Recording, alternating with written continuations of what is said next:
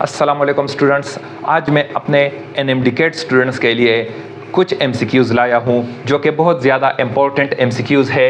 Topic है scalar product and vector product. Scalar product और vector product से related बार बार आने वाले रिपीट होने वाले एमसीक्यूज़ है। MCQ number 1, the dot product of a vector A with itself is.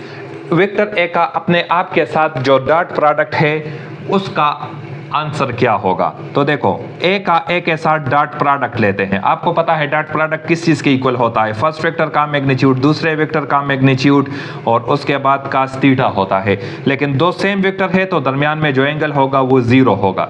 A multiply ए से ए स्क्वायर और cos 0 से क्या आ जाएगा 1, तो ए स्क्वायर मल्टीप्लाई 1 से ए स्क्वायर आ जाएगा। तो आपका करेक्ट आंसर होगा option number D. MCQ number 2, the cross product of a vector A with itself. Vector A का अपने आप के साथ क्रॉस प्रोडक्ट की वैल्यू क्या होगी। तो एक क्रॉस प्रोडक्ट ए, दो वेक्टर के दरमियान जो क्रॉस प्रोडक्ट होता है तो वो इक्वल होता है फर्स्ट वेक्टर का मैग्नीट्यूड, दूसरे वेक्टर का मैग्नीट्यूड, उसके बाद साइन थीटा होता है, उसके बाद एन कैप होता है। ए मल्टीप्लाई ए से ए स्क्वायर आ जाएगा। अब अगर चूंकि यहाँ पर दो सेम वेक्टर है तो दरमियान में जो एंगल होगा वो 0 डिग्री होगा। ए स्क्वायर और साइन 0 0 के इक्वल होता है और 0 जिस चीज़ के साथ भी मल्टीप्लाई हो जाए तो 0 आता है। तो यहाँ पर आपका जो आंसर होगा वो 0 आया, लेकिन दो वेक्टर के मल्टीप्लिकेशन से जो आंसर आता है उसको हम नल वेक्टर कहते हैं। तो यहाँ पर जो आंसर आ रहा है वो आपका है नल वेक्टर। याद रखो, अगर यहाँ पर दो किस्म के ऑप्शन मौजूद हो, मतलब ऑप्शन नंबर ई भी मौजूद हो जिसमें 0 लिखा हुआ हो, तो आपने 0 को टिक नहीं लगाना, आपने नल वेक्टर को टिक लगाना है। MCQ number 3, the dot product of two orthogonal vectors is. Orthogonal vectors क्या होते हैं? ऐसे वेक्टर्स जो आपस में परपेंडिकुलर होते हैं उनको ऑर्थोगोनल वेक्टर्स कहते हैं। तो अगर एक वेक्टर हम ए मान ले और दूसरा वेक्टर बी मान ले, दोनों के दरमियान डॉट प्रोडक्ट ले, तो डॉट प्रोडक्ट इक्वल होता है first vector magnitude, second vector का मैग्नीट्यूड और cos थीटा। चूंकि ऑर्थोगोनल है तो cos थीटा, थीटा की जगह 90 आ जाएगा और cos 90 0 के इक्वल होता है और 0 जिस चीज के साथ भी मल्टीप्लाई हो जाए उससे आंसर क्या आता है 0 आता है। तो आपका करेक्ट ऑप्शन यहां पर है option number D. MCQ number 4, I cross J। I एक ऐसा यूनिट वेक्टर है जो along x एक्सिस होता है और J एक ऐसा यूनिट वेक्टर होता है जो along y एक्सिस होता है। तो इन दो यूनिट वेक्टर्स, ये दो ऐसे यूनिट वेक्टर्स है जो एक along x एक्सिस है, दूसरा along y एक्सिस है। ये along x एक्सिस है, ये along y एक्सिस है। तो दोनों आपस में कितना एंगल बना रहे हैं? परपेंडिकुलर है, एक दूसरे के साथ 90 डिग्री बना रहे हैं।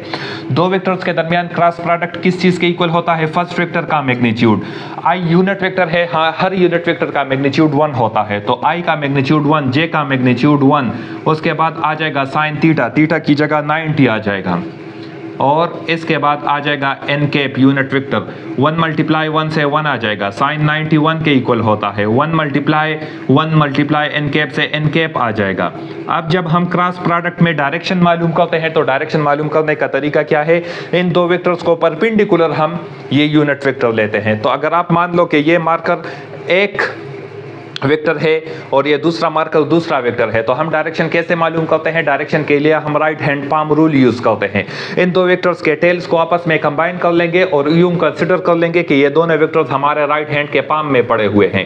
पहला वेक्टर आई है, आई को आपने जे की तरफ, मतलब फर्स्ट वेक्टर को सेकंड वेक्टर की तरफ आपने इन चारों उंगलियों के जरिए मूव करना है। तो आपका थंब जिस डायरेक्शन में आएगा वो आपका क्या होगा? इस एन कैप का डायरेक्शन होगा। तो चूंकि ये ऑलरेडी अलोंग एक्स एक्सिस है और ये ऑलरेडी अलोंग वाई एक्सिस है, आई कैप अलोंग एक्स एक्सिस, जे कैप अलोंग वाई एक्सिस, तो थंब किस तरफ आएगा? वो ऐसे डायरेक्शन में आएगा जो जे और आई दोनों को क्या हो? परपेंडिकुलर हो। तो वो हमेशा के कैप मतलब अलोंग जेड एक्सिस आएगा। तो अलोंग जेड एक्सिस जो यूनिट वेक्टर होता है उसको हम के कैप से डिनोट करते हैं। तो यहां पर हमारा जो आंसर होगा वो होगा के कैप। आखिरी एमसीक्यू यहाँ पर है, ए और बी का डॉट प्रोडक्ट का स्क्वायर प्लस ए और बी क्रॉस प्रोडक्ट है उसके मैग्नीट्यूड का स्क्वायर, इससे क्या आंसर आएगा? तो देखो, ए डॉट बी किस चीज के इक्वल होता है? ये इक्वल होता है ए बी cos थीटा का, होल स्क्वायर है तो होल स्क्वायर आ जाएगा। ए क्रॉस बी किस चीज के इक्वल होता है? ये a b sine theta n cap के इक्वल होता है, लेकिन यहाँ पर ए क्रॉस बी का मैग्नीट्यूड कहा गया है तो a b sine theta n, a b sine theta whole square हो जाएगा। यहाँ पर ये स्क्वायर ए बी पर हम अलग लिखते हैं या ए पर अलग, बी पर अलग, cos थीटा पर अलग, प्लस ए पर अलग, बी पर अलग, साइन स्क्वायर थीटा पर अलग। यहाँ पर अगर हम देख ले तो ए स्क्वायर बी स्क्वायर दोनों में कॉमन है, तो ए स्क्वायर बी स्क्वायर तो क्या रह जाएगा, cos square theta plus sine square theta. Formula है हमारे पास के ए स्क्वायर के cos square theta plus sine square theta 1 के इक्वल होता है, और 1 जिस चीज़ के साथ मल्टीप्लाई हो जाए वही आंसर फिर से आ जाएगा। तो ए स्क्वायर बी स्क्वायर आपका आंसर आ गया। तो ये हमारा करेक्ट आंसर है।